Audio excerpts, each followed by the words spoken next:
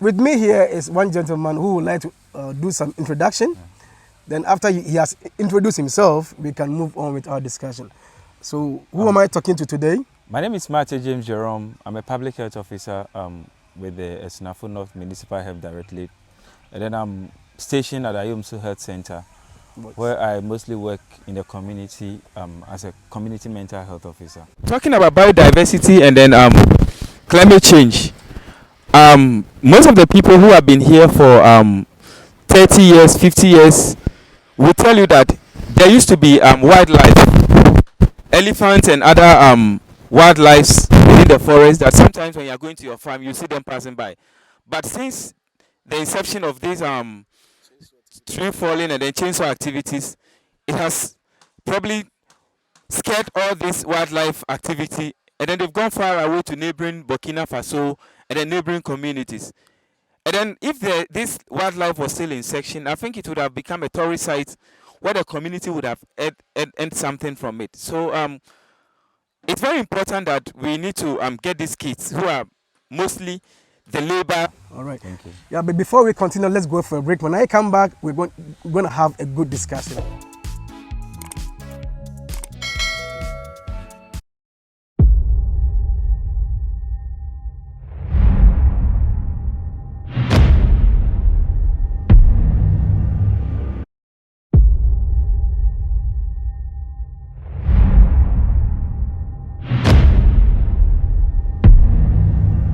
This is Final Voice show. Final Voice is currently at Ayomso. Ayomso is located in the Esnafo North municipality in the Brown region. Currently the Half region, as they may call it. There is this situation at hand, which I will call it deforestation.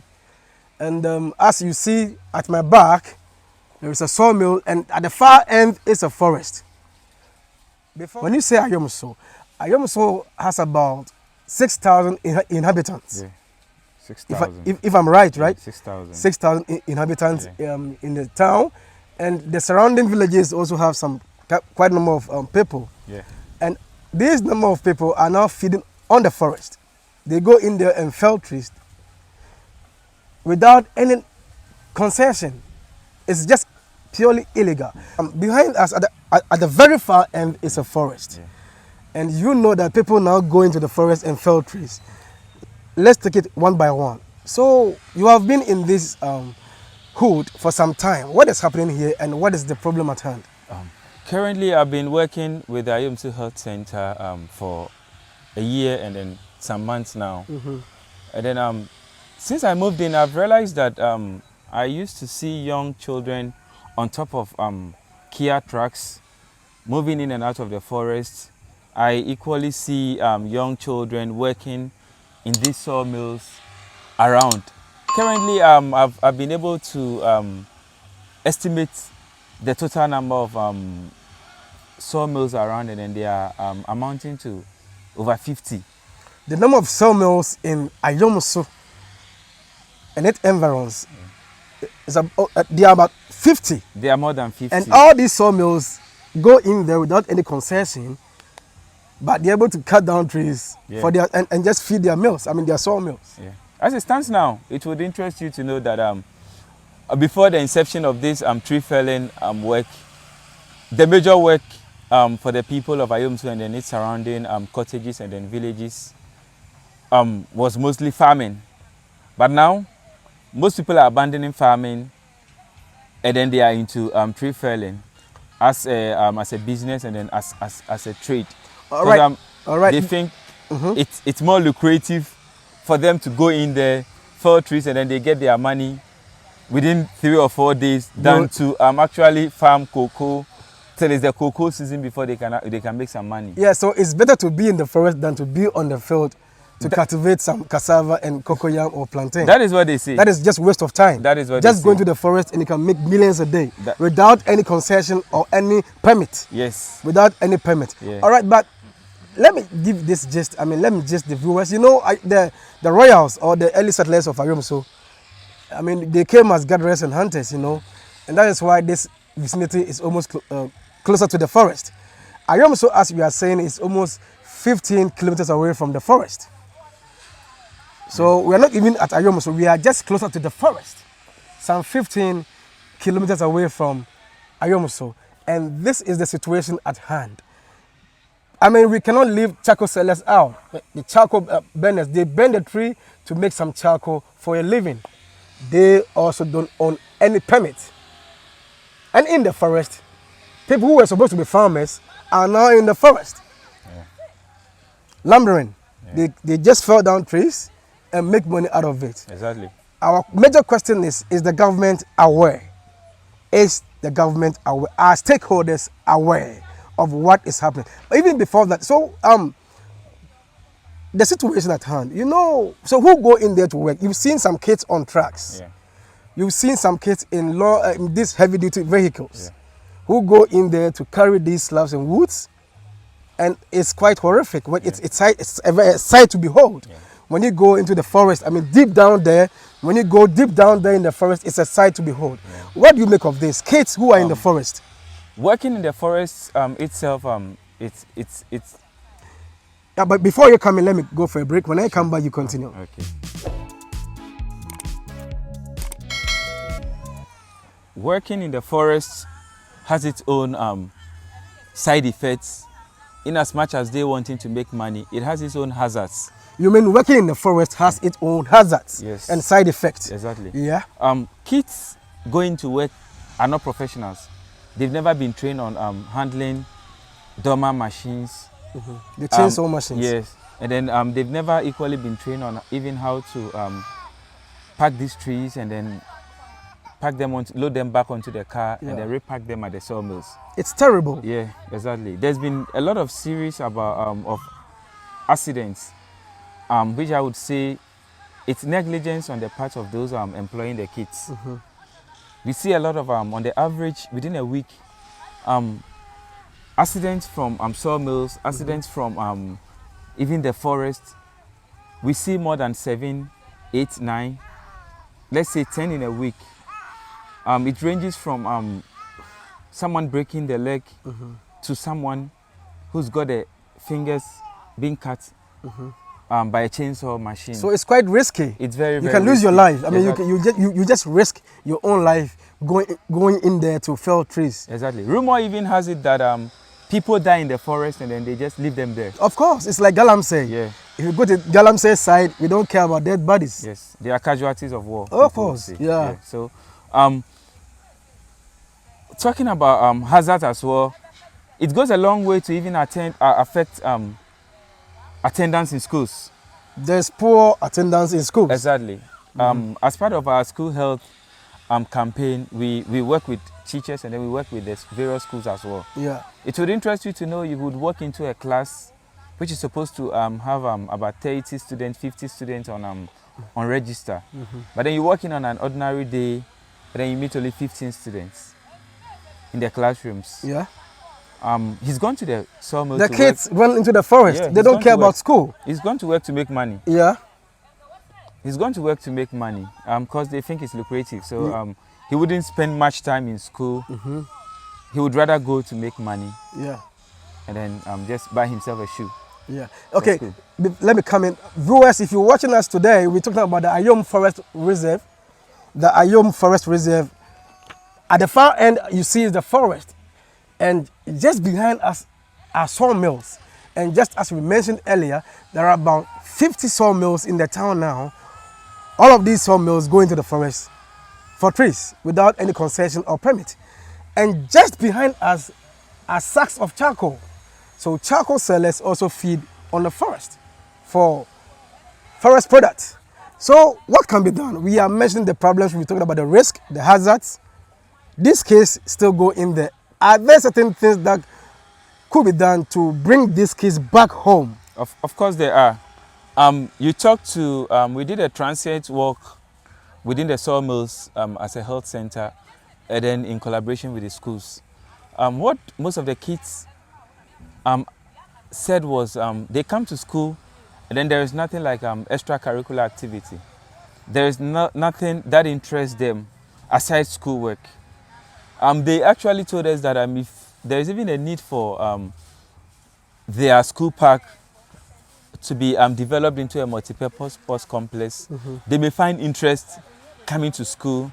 They may find interest engaging in these sporting activities by playing on the field at the end of the day than to go to the sawmills. Because when I close from school and I'm done with my schoolwork, there's nothing else to do. There's nowhere to go. I want to play basketball. There's no pitch for me to play my basketball. I want to play netball. There's nothing. Volleyball, there is none. So I would rather spend much time at the sawmill to make money. Yeah. So I would use this opportunity to actually appeal to your viewers, stakeholders, non-governmental organizations, NGOs, to actually come to our aid and then help us develop a multi-purpose sports complex for these children of school-going age, which would be used as another tool to keep them out of the sawmills, out of the forest, to stay within the community and to stay in school. Yeah, you mean the soccer field could be developed? Yes. The netball field could be developed? Yeah. The volleyball field could be developed? Yes. And this can bring these kids back home. Yes. I mean, they can. I mean, this will let the kids forfeit. I mean, go into the forest Exactly. and be in the classrooms. Yeah. If I got you well, yeah. Viewers, we are still here talking about the Ayum Forest Ayum Forest depletion. I mean, the forest is down. It's no more a forest, if you ask me. Behind us is a sawmill. Just behind us is, sacks of charcoal. Sacks of charcoal. And all these charcoal are being made from woods, from the forest. And the extreme end, far end is the forest that we're talking about, where kids go in there and they don't want to be in school. So one thing that Mr. Jerome has identified is that when we have, if we can develop this soccer field or the football pitch or the volley court or the netball court, which the kids will love to play all time, we can get these kids back home. Exactly. Study. Majority of the kids have actually expressed interest in engaging in sporting activities after school, but then there is none. There is not a pitch for us to actually engage them after school. So they would rather end up at the sawmills and then in the forest than to actually come and stay in the house after school. Yeah. Right in my hand is a document, and this document bears the title Ayum Forest Reserve Management Plan. Ayum Forest Reserve Management Plan. And I ask stakeholders, the government, those in charge, those in the helm, that where is this plan now? What are we doing about Ayum Forest? So, Mr. Jerome, you talked about sports complex. I spoke to a few others in town, and they are also of the view that if we can have a library where kids can have some books to read, then we can make headway in fighting this situation at hand. But before we talk about the library, let's go for a break. When we come back, we talk about how people can come to our aid, and let's see if we can have library. Our library.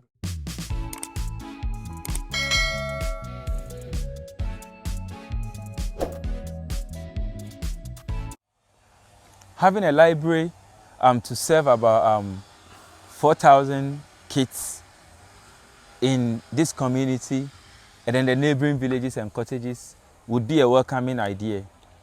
And we could organize reading camps, we could organize quiz competitions for these kids. Reading would help improve these kids' knowledge. If there are books for them to read on forest and then depletion and then deforestation, they would be agents of change. They will talk to these people going into the forest because they've gathered first-hand information just by reading. Probably these people depleting our forests don't know much about deforestation. They don't know much about climate change. For them to have a library and then read, these kids could walk into the sawmills, and whilst walking or working with them, they could use the opportunity to talk about climate change, the effect of tree felling and all that. And then indirectly, we would be able to cause a change by not walking into the sawmills by ourselves, but then by using these school kids as agents of change, by providing them reading and learning materials. So the library would be a welcoming idea. It would really come in handy for us, and then it's going to help us. If we can have a library where kids can go and have fun, play some games whilst they read, You think these kids will be in the forest? No. Yeah, no, not at all. There's nothing Not at all. entertaining them in the vicinity. Yeah. So if there could be a library where kids could study alongside, have some games, Exactly. like a sports complex as you mentioned, then we can bring these kids back home. Yeah. What they are doing inside is quite risky. Exactly. Some are dying. Nobody is reporting about it. Yeah, because this plan is not working. Ayum Forest Reserve management plan is not working. So people have now gone into the forest. Perpetrators are now in the forest, cutting down trees. So it's an appeal to NGOs, stakeholders, government, philanthropists who can come to the aid of the community and help us develop the soccer field, the netball field, the volleyball field, get some school bags for these kids, even sandals for them to go to school. And if we can also help by getting a library where they can sit, read, and at least play just small games whilst they are reading, I think these kids could be at home instead of going into the forest. Viewers, where we are is not a place where you can have a good view of the forest. So we would like to change our position, and over there, I promise you what, you can get a good view of the forest. Final Voice TV is what you're watching now. Going for a break, I'll be right back.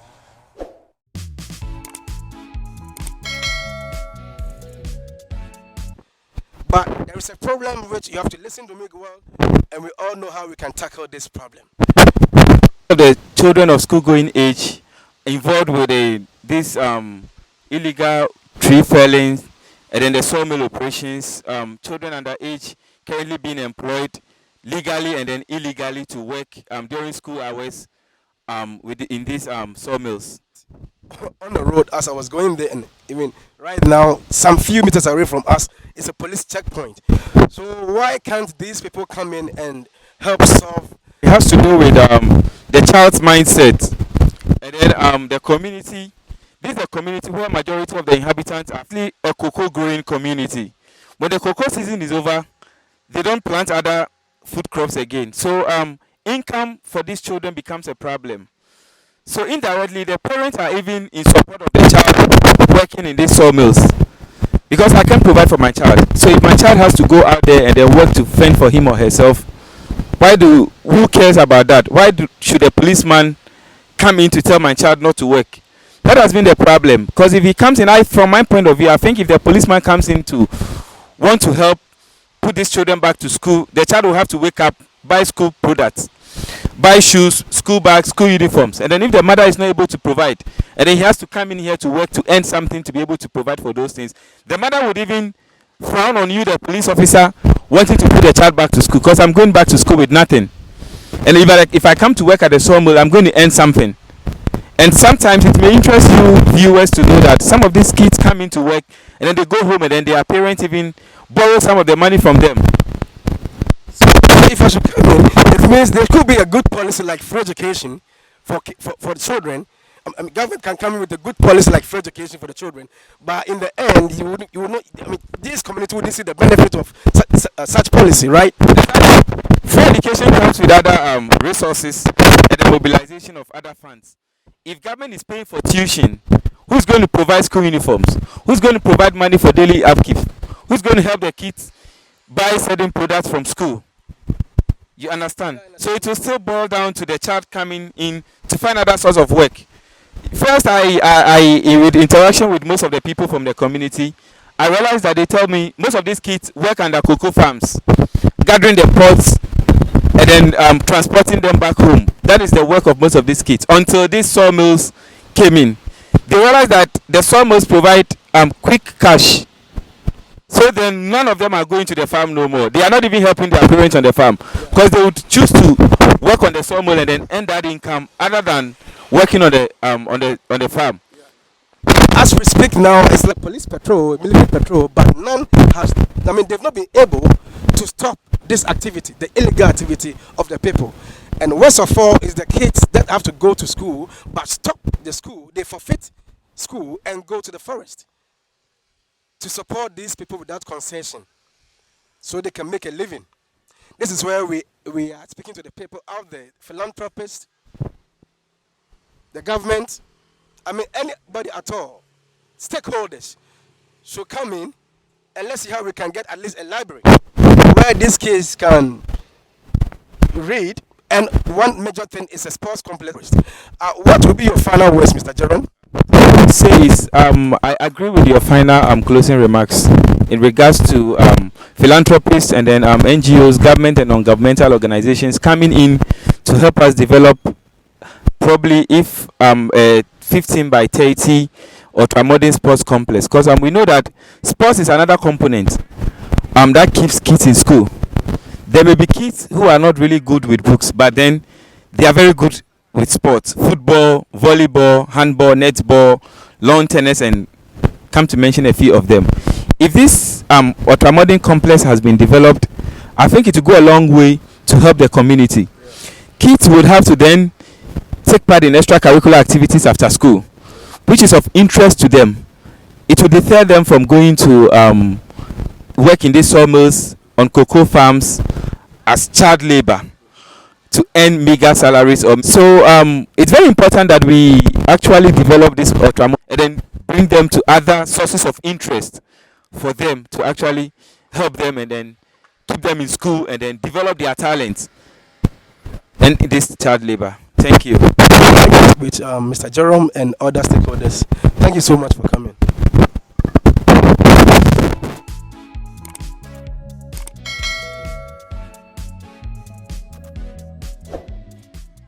This is still Final Voice. Final Voice is right here at Ayomso Methodist Primary and JSS premises.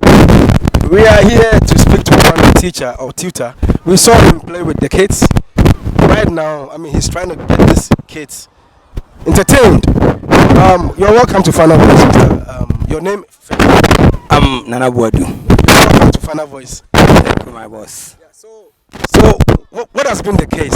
Sometimes we see the kids at home.